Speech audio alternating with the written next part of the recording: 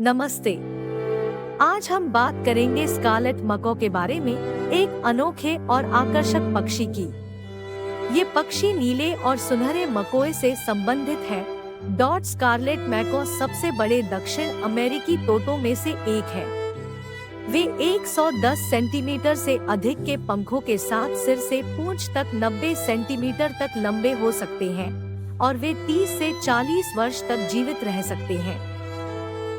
तोते की इस प्रजाति को 1972 से एल साल्वाडोर में विलुप्त घोषित कर दिया गया है, लेकिन इसकी पूर्व सीमा के भीतर पक्षी को देखे जाने की कुछ अपुष्ट सूचनाएं मिली हैं। यह खूबसूरत तोता मध्य अमेरिका और दक्षिण अमेरिका के निचले जंगलों में पाया जाता है और रात में अमेज़न नदी के किनारे पेड़ों या बड़े समूहों में सामुदायिक रूप से निवास करते हैं।